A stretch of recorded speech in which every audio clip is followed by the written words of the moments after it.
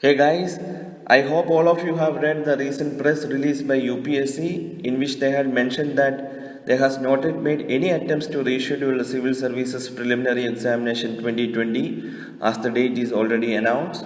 So for now, the safest and smart strategy for candidates is to prepare hard as if the prelims 2020 will be conducted on May 31st itself. Do not keep social distancing from your books or preparation. Do not go much behind the speculations and all. Work hard. So let's move to today's question. First question. With reference to BioRock, consider the following statements. Statement 1. It is the name given to the substance formed by electroaccumulation of minerals dissolved in the seawater on steel structures. Statement 2. BioRock accretion technology can be used to restore coral reefs. Which of the above statements is are correct? Option A 1 only, option B 2 only, option C both 1 and 2, option D neither 1 nor 2. The correct answer here is option C, both the statements are correct. Biorocks are large steel structures that can take any form. The basic idea is corals cannot simply settle on sand, so they need a good substrate to grow on. Any solid underground can give them a chance to build a new colony.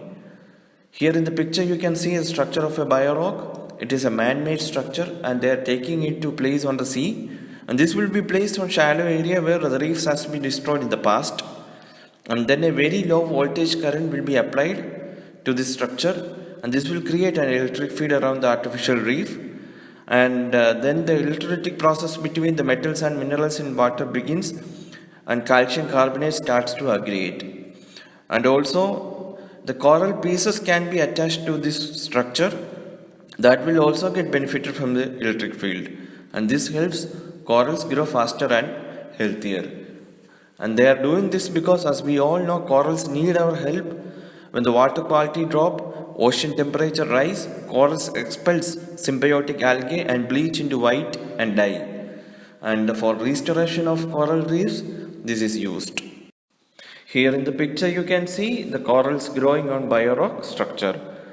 And this question is important because the Zoological Survey of India, with help from Gujarat's Forest Department, is attempting for the first time a process to restore coral reefs using biorock or mineral accretion technology in the Gulf of Kutch.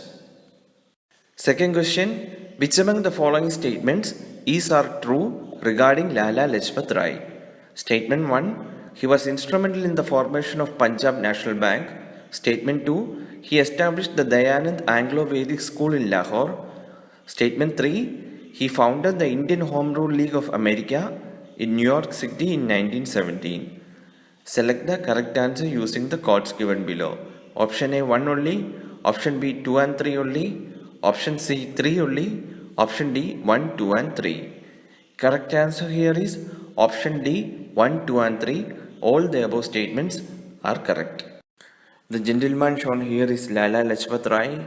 He is remembered for his role during Swadeshi movement and for his advocacy of education. He became a follower of Dayanand Saraswati, the founder of Arya Samaj, and went on to become one of the society's leaders.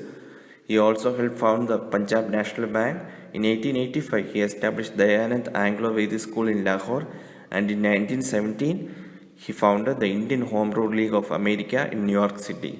This question is important because Lala Lajpat Rai's 155th birth anniversary was celebrated on January 28, 2020.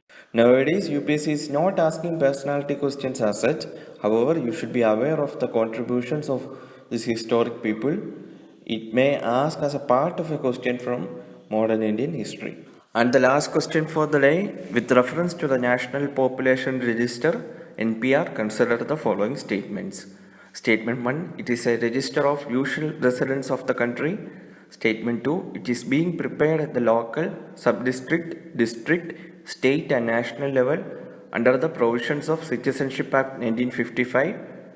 And statement 3, it is not mandatory for every usual resident of India to register in NPR. Which of the above statements is are correct? Option A 1 and 2 only, option B 2 and 3 only, option C 1 and 3 only, option D 1, 2 and 3. Correct answer here is option A 1 and 2 only. I hope you all are aware about NPR and NRC. It was much controversial and was in news all the time before this COVID outbreak. NPR is a register of usual residents of the country. A usual resident of a country is defined as a person who has resided in the local area for past 6 months or more, or a person who intends to reside in that area for next 6 months or more. It is mandatory for every usual resident of India to register with NPR. And according to government sources, the NPR database contains demographic as well as biometric details. In India, NPR was prepared along with Census 2011 and it was updated in 2015. Always remember, NPR is not a citizenship enumeration drive. It will also include a foreigner staying in an area for more than 6 months. And another thing, NRC, National Register of Citizens, can be said to be a subset of National Population Register, NPR. And that's all for today, guys. We will meet tomorrow with next set of questions. Thank you.